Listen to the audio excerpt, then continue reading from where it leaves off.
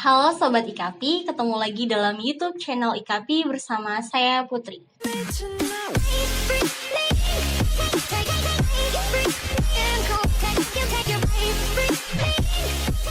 Kali ini kita akan membahas mengenai perhitungan PPh 21 terbaru.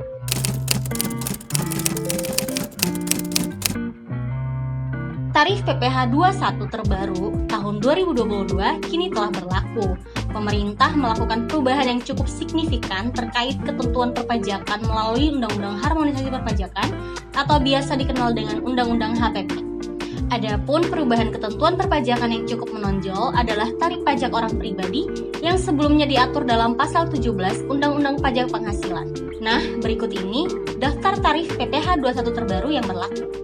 Wajib pajak yang berpenghasilan tahunan dari Rp0 sampai 60 juta per tahun dikenakan tarif 5%. Wajib pajak yang berpenghasilan tahunan dari Rp60 juta sampai Rp250 juta per tahun dikenakan tarif 15%. Wajib pajak yang berpenghasilan tahunan dari Rp250 juta sampai Rp500 juta per tahun dikenakan tarif 25%. Wajib pajak yang berpenghasilan tahunan dari Rp500 juta sampai 5 miliar per tahun dikenakan tarif 30%. Wajib pajak yang berpenghasilan tahunan di atas 5 miliar per tahun dikenakan tarif 35%. Dari penjelasan tadi, maka diketahui bahwa perubahan tarif PPh 21 terbaru 2022 kini terdapat 5 lapisan, sedangkan sebelumnya hanya ada 4 lapisan.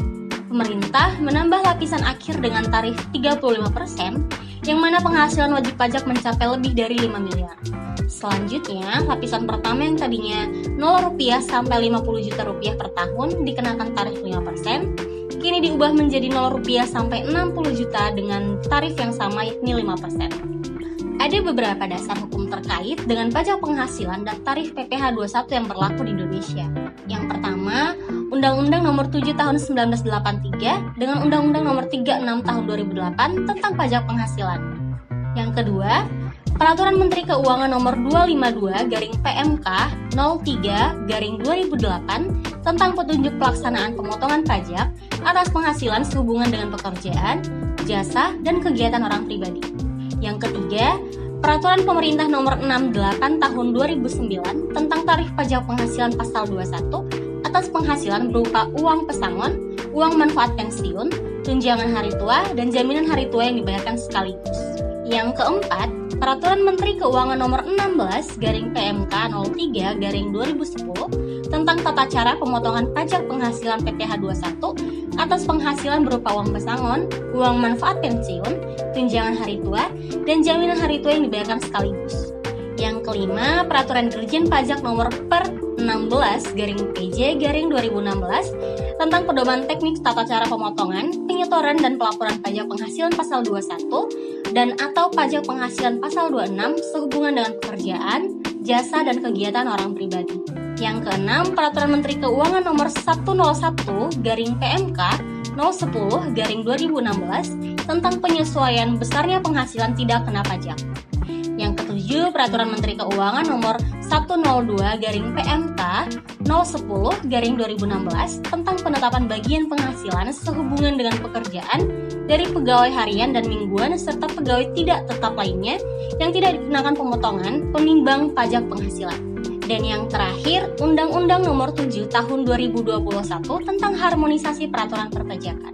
Pada dasarnya, PPh adalah pajak yang dibebankan atas suatu penghasilan yang diperoleh wajib pajak, baik dari dalam negeri maupun dari luar negeri. Sedangkan PPh pribadi adalah pajak yang dikenakan terhadap subjek pajak orang pribadi atas penghasilan yang diterima atau diperoleh dalam tahun pajak. Subjek PPh pribadi terdiri dari beberapa kategori. Yang pertama, wajib pajak pribadi pekerja formal atau karyawan pegawai. Yang kedua, wajib pajak pribadi pekerja bebas. Yang ketiga, wajib pajak pribadi sebagai pekerja sekaligus pengusaha. Dan yang keempat, wajib pajak pribadi sebagai pengusaha. Pajak penghasilan pasal 21 adalah pemotongan pajak yang dikenakan atas penghasilan yang diterima oleh seorang wajib pajak orang pribadi dalam negeri atas pekerjaan, jasa, atau kegiatan yang dilakukannya. PPh pasal 21 dipotong dari penghasilan yang diterima oleh seorang wajib pajak di dalam negeri. Umumnya, PPh 21 ini berkaitan dengan pajak yang digunakan pada sistem penggajian suatu perusahaan. Penggajian sendiri bisa dihitung secara manual, namun sebenarnya PPh pasal 21 juga digunakan secara luas untuk berbagai kegiatan lainnya. Perlakuan atas PPh 21 juga berapa persen yang akan dikenakan sangat bervariasi tergantung pada jenis penghasilannya. Ada berbagai kategori jenis penghasilan yang dikenakan PPh pasal 21. Yang pertama, penghasilan bagi pegawai atau karyawan tetap. Yang kedua, penghasilan bagi pegawai atau karyawan tidak tetap. Yang ketiga, penghasilan bukan pegawai atau karyawan. Yang keempat, penghasilan yang dikenakan PPh 21 final. Dan yang kelima, penghasilan lainnya. PPh 21 final adalah pajak penghasilan yang dikenakan terhadap penghasilan karyawan dari uang pesangon, uang manfaat pensiun, tunjangan hari tua, dan jaminan hari tua. Nah, berikut contoh perhitungan PPh 21 tahunan karyawan menggunakan tarif PPh 21 terbaru sesuai dengan Undang-Undang HPP.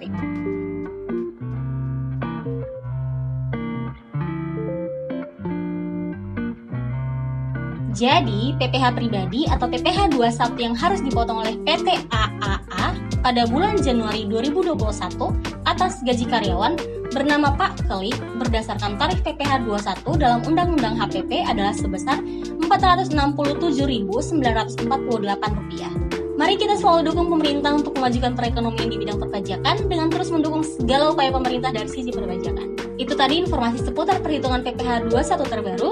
Semoga bermanfaat dan terima kasih telah menonton video ini.